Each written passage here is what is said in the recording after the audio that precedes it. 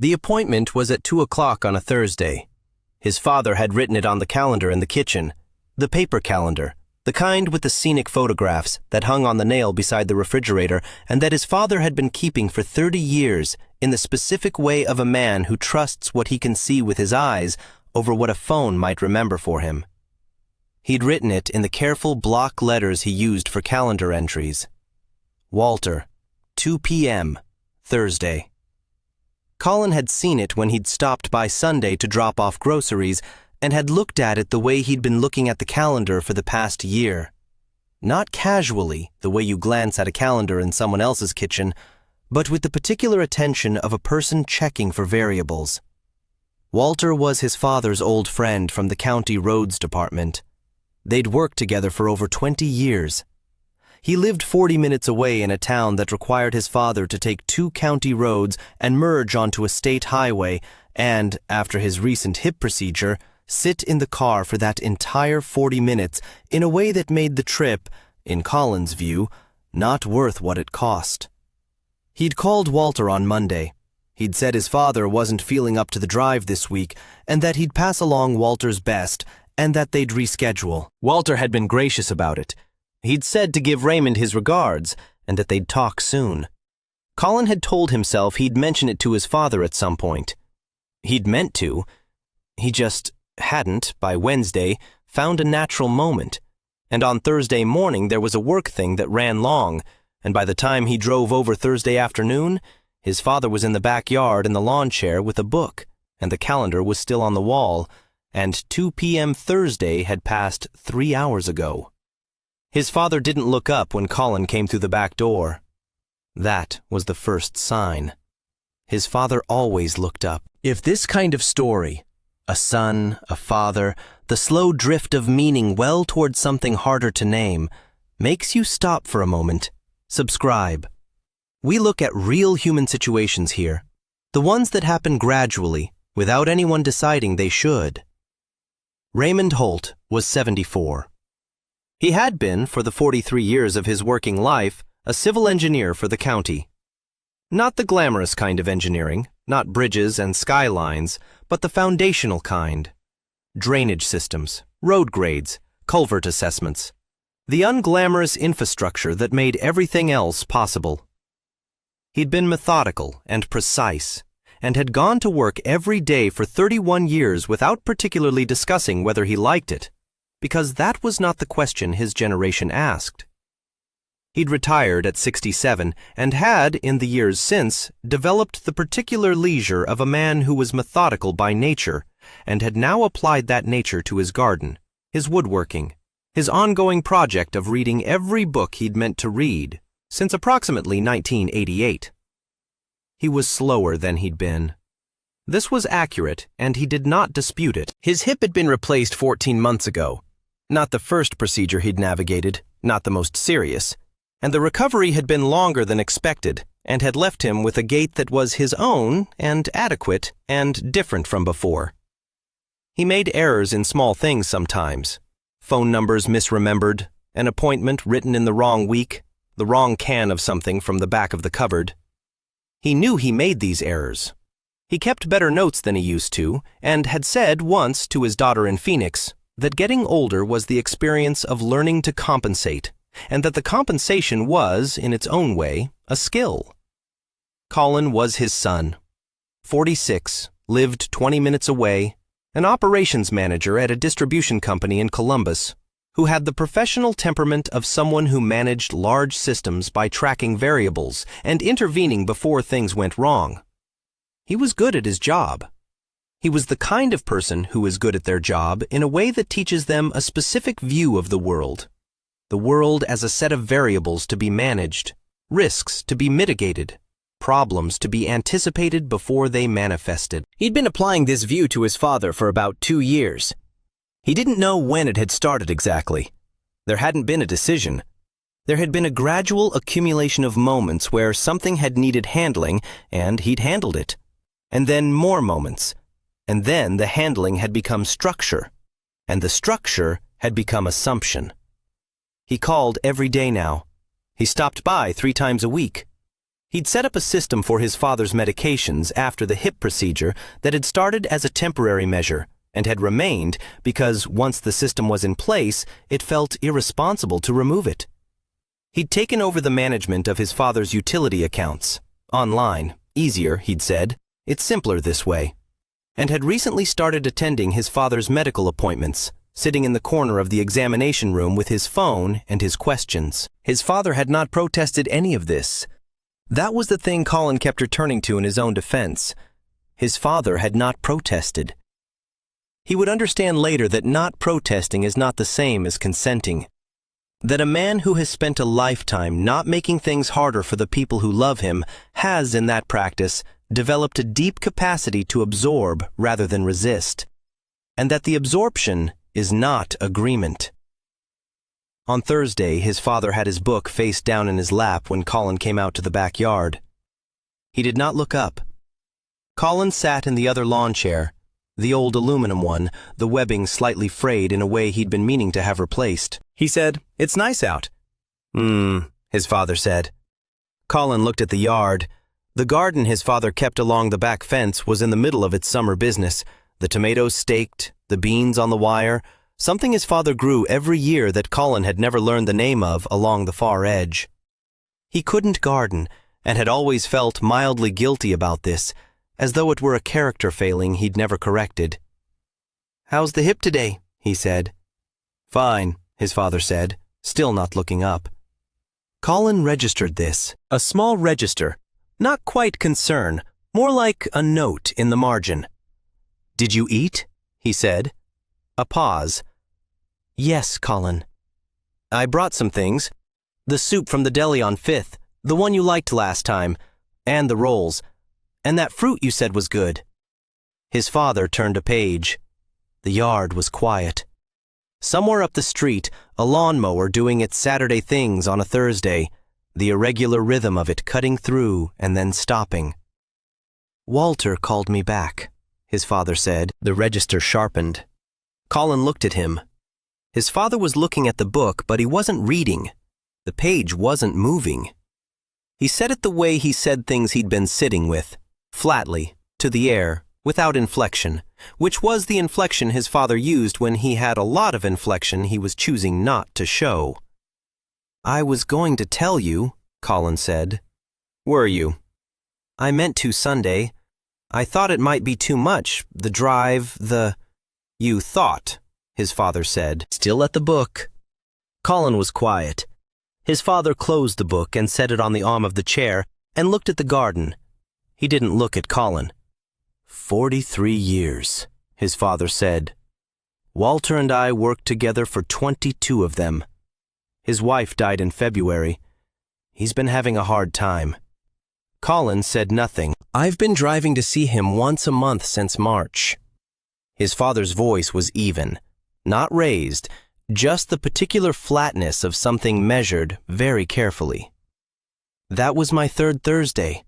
I've been looking forward to it since the last one." Colin set his hands on his knees. "I didn't know," he said. "You didn't tell me about the other 2. His father looked at him then. The look was direct and very quiet, and it said, without words, that the telling was not a requirement. "The hip is fine," his father said. "I drove to Kroger yesterday. I drove to the hardware store Tuesday. The state highway is no different from those. I was concerned." "I know you were." His father looked back at the garden. "That's not the point." Colin drove home with the soup and the rolls still in the bag in the passenger seat, because his father had said he had food, and Colin had said of course, and they'd sat in the yard for another 20 minutes in a conversation that was polite and careful and shaped around the thing neither of them fully addressed. He drove home and made dinner and ate it and sat at his kitchen table with the cooling soup container and thought about Thursday at 2 o'clock. He'd done it cleanly, he thought. He'd called Walter, and Walter had been gracious, and nothing had gone wrong in any measurable sense. His father had missed one visit. The drive was 40 minutes. His father's hip was 14 months post-procedure and not fully. He was slower. He stopped. He sat with the word slower and examined what he'd attached to it. His father was slower. He made errors in small things. He was 74. These were facts, and Colin had been using them the way he used variables in his work, to justify interventions, to build a case for management, to create the structure of a situation in which the correct response to every potential risk was his involvement. He thought about Thursday at 2 o'clock and what it had actually been. Not a risk mitigated, a thing taken. He didn't finish the soup. He put it in the fridge and went to bed and slept badly, in the particular way of a person who knows something and isn't ready to say it to themselves clearly. He went over on Saturday. He'd thought about calling first. He usually called, sometimes several times before a visit, and had not considered until recently whether this many calls might carry a weight beyond concern, and had stopped with his phone in his hand and put it back in his pocket and driven over without announcing it. His father was in the garage. The garage was his father's other domain, the one that wasn't the garden, a space that over the decades had accumulated the organized equipment of a man who builds and repairs things, because building and repairing things is how he thinks. A workbench along the far wall, tools hung with the specificity of someone who knows exactly where each one goes and notices immediately when one is missing. A project in progress on the bench. A small wooden cabinet, the frame assembled, the doors not yet hung. His father was fitting something on the side panel when Colin came in. He looked up this time. A brief look, registering the arrival, and then back to the work. Colin stood in the garage doorway. "What is that going to be?" "Medicine cabinet," his father said. "For the bathroom. The plastic one from the hardware store cracked at the hinge. I could have gotten you a new one." "I know," his father said. "I wanted to build it." Colin stood there. He looked at the cabinet, the joints, the clean fit of the frame. His father's woodworking was better than it had ever been, actually. Retirement had given him the time to work slowly, and the slowness had improved it. "I wanted to say something," Colin said, "about Thursday." His father kept working. He had a small piece of wood he was fitting against the frame, checking the alignment. "I shouldn't have called Walter without talking to you," Colin said. His father was quiet. "I told myself I was handling a logistics problem," Colin said. "The drive, the hip, the—" He stopped. "But you didn't ask me to handle it. You weren't going to ask me, and I did it anyway." His father set the wood piece down. He turned and looked at Colin. The same level look he'd had in the backyard, but different now. The guardedness in it slightly lowered. "Come in," he said. "Don't stand in the door." Colin came in. His father pulled the stool out from under the workbench, the old wooden one, missing a rung, and set it near the bench and gestured to it. Colin sat. His father stayed standing, the way he thought best on his feet, which Colin had known since childhood. "Your grandfather," his father said, "lived with us the last 4 years of his life." He said it not as a preamble, just as a fact being placed on the table. "Your grandmother was gone by then. He'd had a stroke. He needed help." Colin nodded. He remembered. He'd been 12 when his grandfather moved in, and 16 when he died. "He had good days and bad days," his father said. "The bad days were hard. He needed more than I knew how to give sometimes." He paused. But there were things he could still do. Small things, making his own coffee, going to the yard, deciding what to watch on television. Things that didn't need my involvement. He looked at the cabinet. "I took some of those away from him. Not the big ones, the small ones, because it was easier, because it was faster, because I was managing a lot and the small things felt like variables I could just remove." He was quiet for a moment. "He never said anything," his father said. "Not once. He was from a generation that didn't say." A pause. "But I watched him get smaller, not because of the stroke, because there was less and less left that was his." Colin looked at the workbench. I promised myself I'd remember that, his father said, for when it was my turn. He looked at Colin. I'm telling you this not to accuse you of anything. I'm telling you because I think you don't know you're doing it. Colin was quiet for a long moment. Then he said, I'm scared. His father waited. When the hip happened, the recovery took longer than they said, and for about 2 weeks I was... He stopped. He wasn't a person who led with this. He managed situations. He identified solutions. He did not often say, I was scared, as a first move in a conversation. There were 2 weeks where I thought about what happens when the thing that goes wrong is bigger than a hip. His father looked at him. And I think I've been... Colin stopped again. He was trying to find the honest version rather than the useful version. I think I've been running a kind of prevention. Like, if I'm managing enough variables, if I'm involved enough in enough things, I can... He exhaled. Which doesn't make any sense when I say it out loud. It makes sense, his father said. It just isn't about me. Colin looked at him. Your fear isn't about my hip, his father said.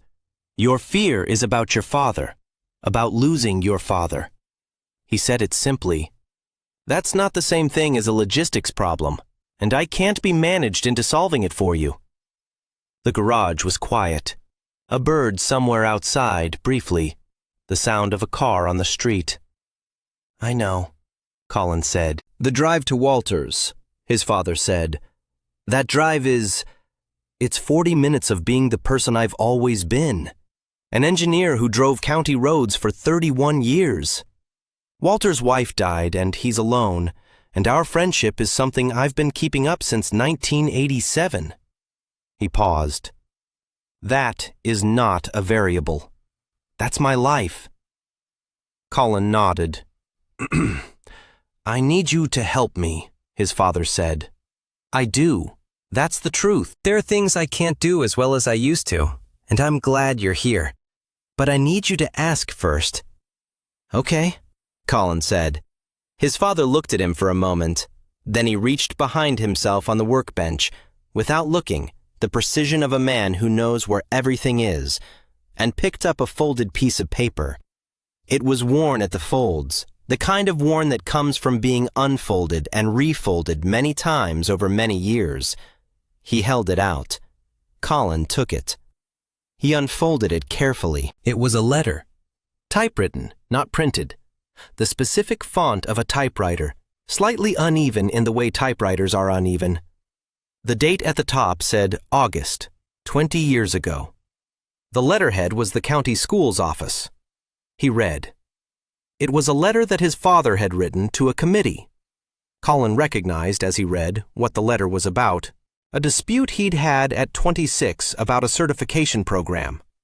He'd wanted to take a course in a specific technical field that his employer at the time had considered outside his job description.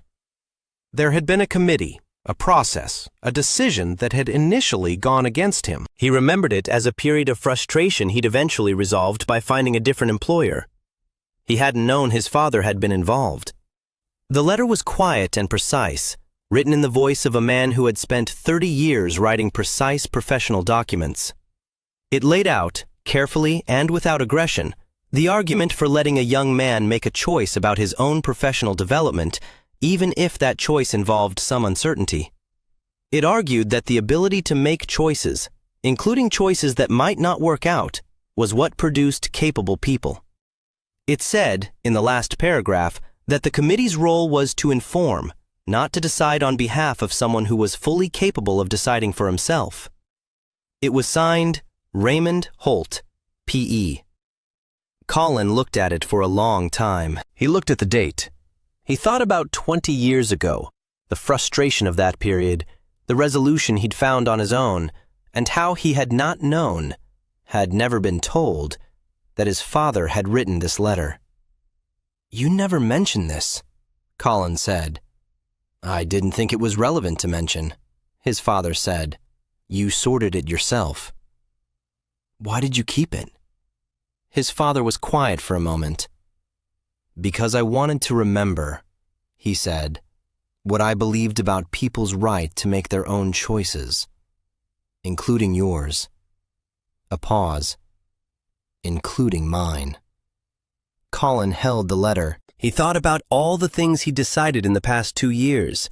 The medications, the accounts, the appointments, the calendar on the kitchen wall, and the entry in block letters that had passed without his father reaching the chair across from Walter, whose wife had died in February. "I didn't think about it as deciding," he said. "I thought I was helping." "I know," his father said. "When does help become—" Colin stopped. He didn't know what word to put at the end. "When the person being helped isn't consulted," his father said. "When their preferences are a variable you're managing around instead of a fact you're starting from." Colin folded the letter back on its creases. He held it for a moment and then set it on the workbench. "What do you want me to stop doing?" he said. His father looked at him. Something shifted in his expression, not dramatically, just a small opening of something that had been held careful. "Making decisions that are mine to make," he said, "and calling it handling things." "And what do you want me to keep doing?" His father thought about this. "Being here," he said. "Coming on Saturdays, carrying things that are heavy." He looked at the cabinet. "Helping me hang these doors when I get to that point, because I want a second set of hands." Colin looked at the cabinet. "What kind of hinge?" he said. His father made a small sound, not quite a laugh, but the beginning of one. "Mortise," he said. "Come look." He stayed 4 hours. He helped with the cabinet doors, and they talked about the hinge placement, and his father showed him a mistake he'd made on the second mortise and how he'd corrected it, without embarrassment, the way he discussed errors, as information, not as evidence of anything. Colin had been in this garage since he was a kid, and the smell of it, sawdust and oil, and the faint warmth of the single overhead bulb, was one of the most specific sensory facts of his life. A smell that meant this place and no other. They ate the soup at the kitchen table at 6 o'clock. His father heated it from the container and found the rolls in the bag and said the fruit looked good. They ate at the table they'd eaten at for all of Colin's life, and the conversation moved through the regular things. The garden, a thing his daughter and Phoenix had told his father last week on the phone, the cabinet and what came next. And Colin listened with a quality of attention that was different from the one he'd been using. He'd been listening, for the past 2 years, for problems, variables to track. He'd been looking at his father through a lens that flattened him into a set of needs and risks. He looked at him now and saw his father.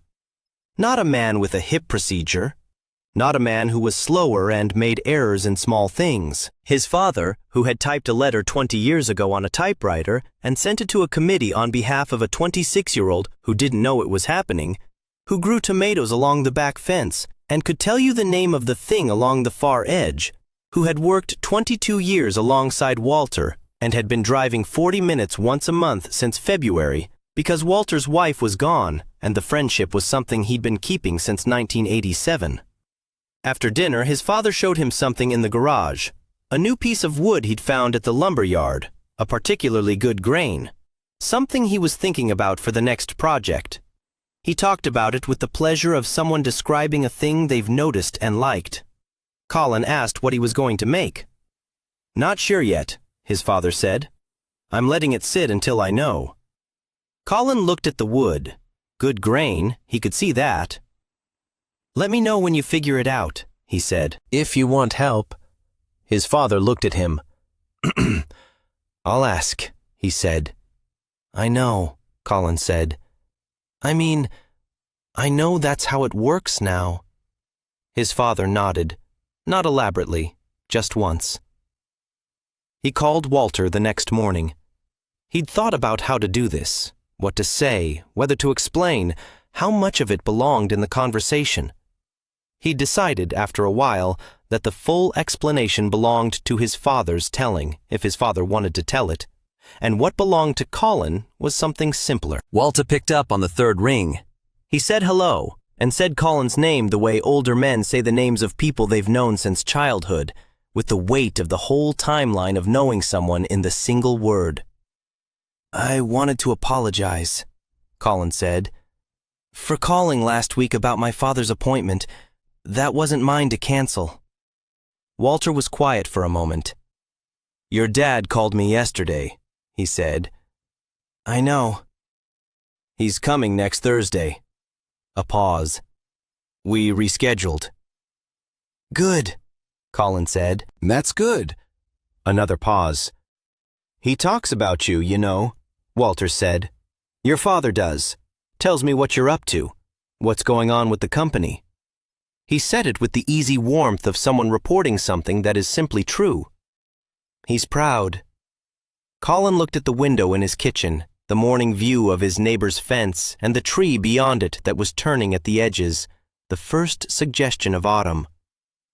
"Tell him I said hi," Colin said. "I will," Walter said. The Tuesday call changed. He'd been calling every day at a time he'd come to think of as the check-in, which was a project management term that he recognized, now that he was paying attention to his own language, was not the right word for a call to your father. He moved it. Not further away, he still called often, but he shifted the purpose of it. Less. "How are you? Did you eat? What appointments do you have?" More. "What are you working on? What did you read? What's happening in the garden?" His father seemed to notice. He didn't name it. He just talked more. Not more words necessarily, but more substance. More of the texture of his days, the things he'd thought about, the details of what he was building. The call that had been 5 minutes of confirmation that everything was manageable became a conversation that sometimes ran 20. Colin noticed something in himself when this happened. A specific settling. Not the relief of a person who has confirmed that a system is running correctly. Something more like, "I have talked to my father today." He started asking before he did things. This was harder than he'd expected, not because he resisted it in principle, but because the habit of simply doing was deep and the instinct was fast. He'd catch himself mid-motion, hand on the phone to make a call, opening a tab to reschedule something, composing an email on his father's behalf, and stop and set the phone down or close the tab. He asked instead. Sometimes his father said yes, that would be helpful. Sometimes he said he'd handle it, or that he'd already handled it. Sometimes he said he wasn't sure yet, and he'd let Colin know. All three of these were fine. Colin was learning to find them equally fine, which was harder than it sounded for someone who had organized 2 years around the assurance of things being handled. In October, his father had a follow-up with his orthopedic surgeon. Colin had been attending these, sitting in the corner with his phone, asking his prepared questions, talking to the doctor about his father as though his father were a document to be reviewed, rather than a person in the room. He drove his father to the appointment. He sat in the waiting room. His father went in alone. He was in there for 35 minutes. Colin sat in the chair with a magazine he didn't read, and looked at the other people in the waiting room and thought about what his father had said in the garage. The ability to make choices, including choices that might not work out, was what produced capable people. His father came out at 11:15. He walked to where Colin was sitting, and Colin stood. "Everything all right?" Colin said. "He's pleased with it," his father said. "Mobility is good. He wants to see me in 6 months." "Did you ask about the morning stiffness? You mentioned—" "I asked," his father said. He handed Colin the appointment card for the follow-up. He said it's normal at this stage. It'll ease. Colin looked at the card.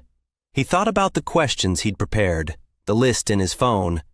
He thought about 35 minutes in an examination room where 2 people had talked about the hip and the stiffness and whatever else came up.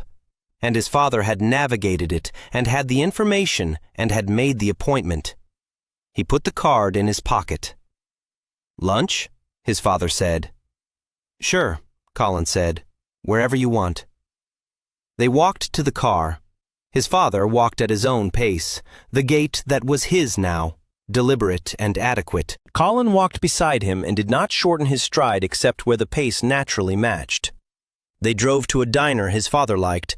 Colin had not been there before.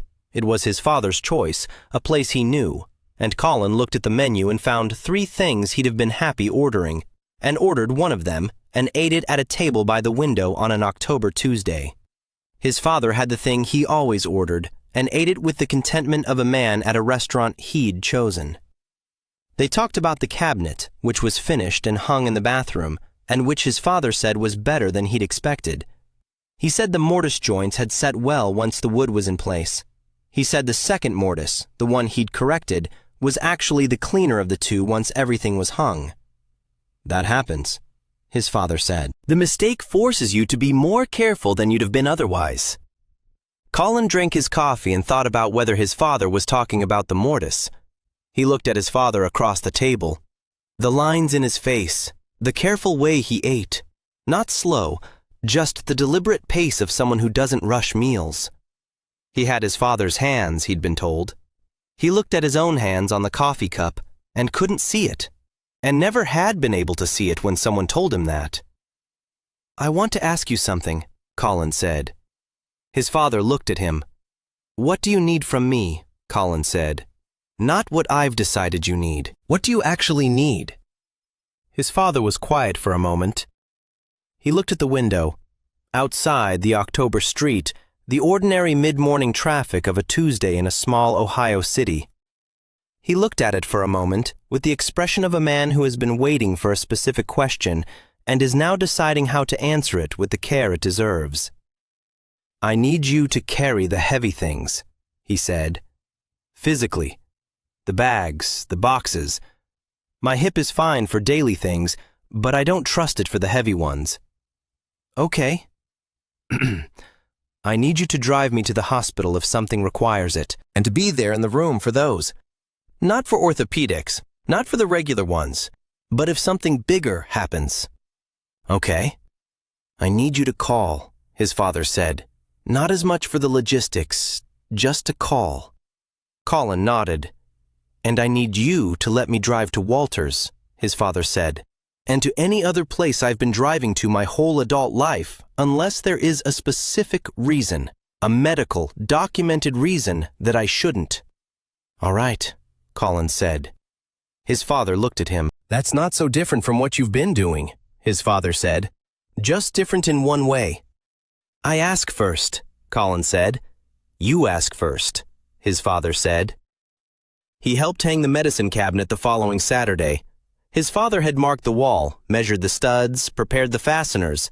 He'd done all of it in advance and had a clear plan for the installation, which he explained to Colin while Colin held the cabinet level against the wall. "Hold it there," his father said. Colin held it. His father drilled the fastener, checked the level, drilled the second. He worked with the efficiency of someone who has done this kind of work for decades and knows which steps require patience and which require speed. Colin held the cabinet and kept it steady, and did not offer suggestions about approach. The cabinet went up clean. His father stepped back and looked at it. "Good," he said. It was the same word he used for joints that had set well, for drainage systems that performed correctly. A professional assessment. Colin looked at it too, the wood grain of it, the clean face, the small pull on the door. "Open it," his father said. Colin opened the door. The hinge moved smoothly. The second hinge, the corrected one, moved just as well. "The correction was right," Colin said. "Yes," his father said. They stood in the bathroom looking at the cabinet. Outside the window, the October yard was doing late fall things. The garden beds edged and put to rest. His father said he'd pull the remaining stakes next weekend. Colin said he'd come by and help. His father said the stakes didn't weigh much. Colin said he knew, but he'd come anyway. His father looked at him. "Come for lunch," he said. "We'll do the stakes after." "What time?" Colin said. "Noon," his father said. "I'll make something." Colin said noon and meant it. and did not pull out his phone to add the reminder because he did not need a reminder to be somewhere his father expected him at noon on a Saturday for lunch he'd offered to make. He called his sister in Phoenix that evening. Her name was Linda, and she was 3 years older and had moved to Phoenix 20 years ago for a job that had led to other jobs, and she'd stayed, the way people stay in places that have become theirs. She and her father talked every week. She came back twice a year. She'd called Colin in September to say she was worried about how much he was managing and whether it was sustainable, and he'd said it was fine and changed the subject. He called her now and told her about the Thursday appointment that had already passed, and Walter, and the letter, and the garage. She listened the way Linda listened, thoroughly, without filling the silences. When he finished, she said, "I wondered when he was going to say something." "You knew?" "I didn't know," she said, "but I'd heard it. The way he talked about the week. He'd mention things and you could tell. There was a sort of—" She paused, finding it. A sort of flatness, like someone describing something in the third person instead of living it. Colin thought about his father's voice on the Thursday phone calls, the logistics of the week, the appointments, the medication, the things handled. He'd thought the flatness was his father's nature. He was a quiet man. He'd always been a quiet man. He hadn't thought to ask what the quiet contained. "I've been treating him like a project," Colin said. A pause. "A little bit," Linda said, gently. "I didn't know I was doing it." "I know you didn't." She was quiet for a moment. "You're more like him than you think. You both try to prevent things. He spent his career preventing infrastructure failures. You spend yours preventing operational failures." A pause. "He's not infrastructure." "I know," Colin said. "But he'll let you help," she said, "if you ask." "He said so." "He would," she said. "He's been waiting for you to ask instead of decide." Colin looked at the window of his apartment.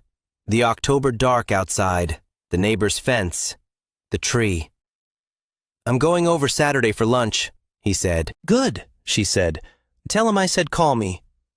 "Tell him yourself," Colin said. A laugh. "I will," she said. "I always do."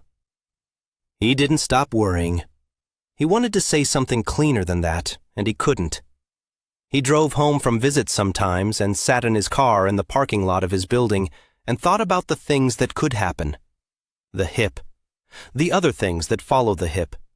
The progression of time in the life of a 74-year-old man who had always seemed permanent.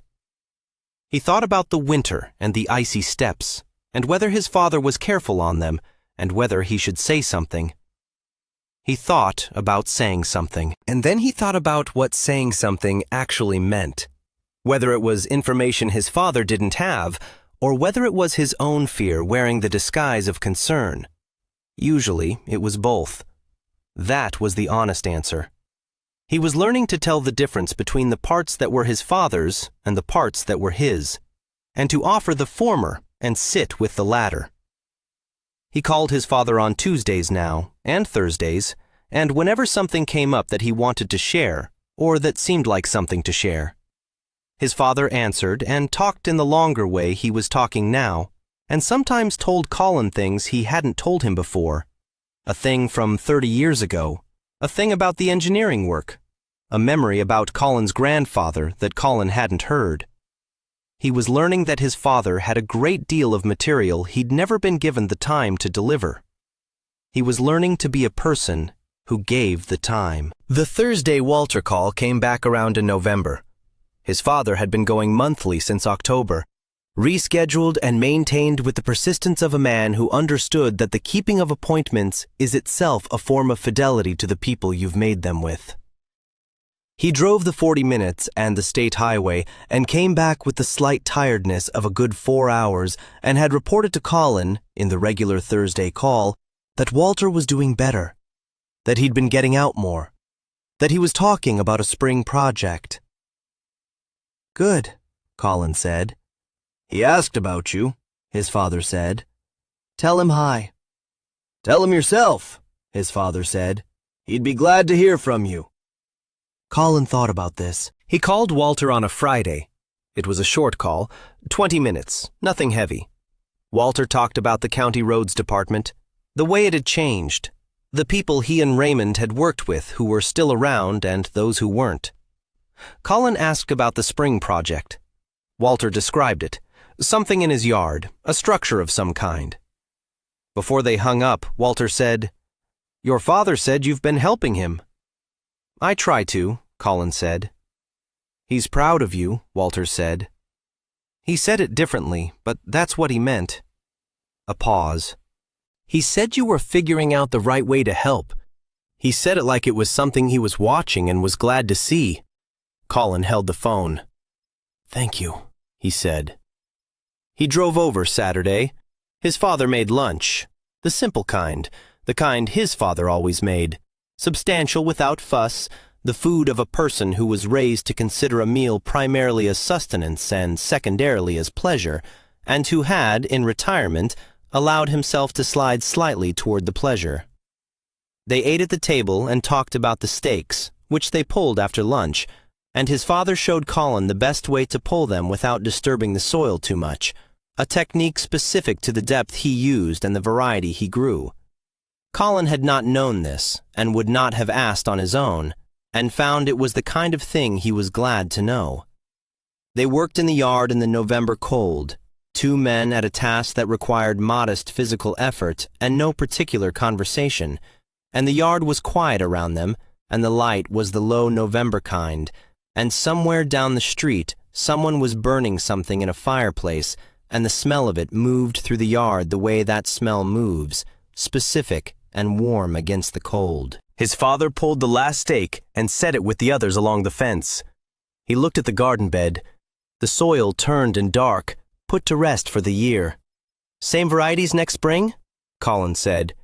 His father looked at the far edge where the unnamed thing grew. "Thinking about adding something," he said. "I've been reading about a type that does better in this soil. I want to try it." "Let me know how it goes," Colin said. His father looked at him.